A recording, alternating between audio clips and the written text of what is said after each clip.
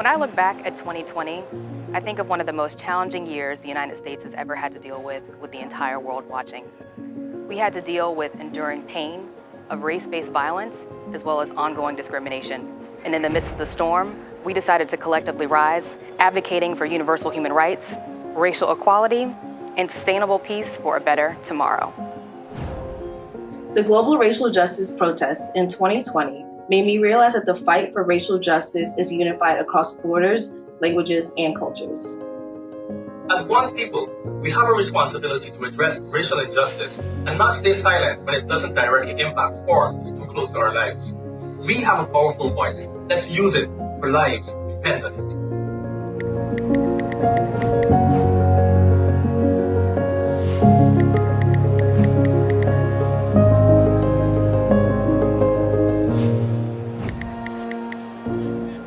The global racial justice protests made me question my critical thinking and made me realize that the power of people uniting will always outweigh every act of aggression, hate, and violence.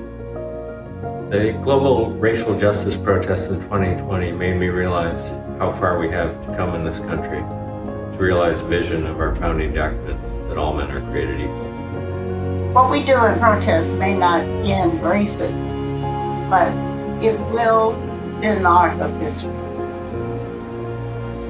We need to focus on what the challenges are, what the solutions are, and get after it. We should all be treated fairly and equally, despite our gender, race, age, or anything else.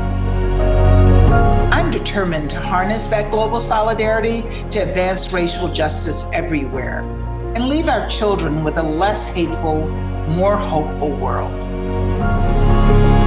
For the United States to be a credible force for human rights around the world, we have to face the realities of racism and hatred here at home.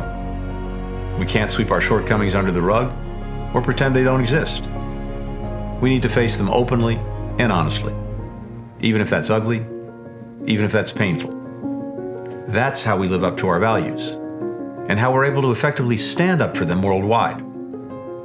Today and always, let's commit to accountability, healing, and doing the concrete work of advancing equity and justice for all.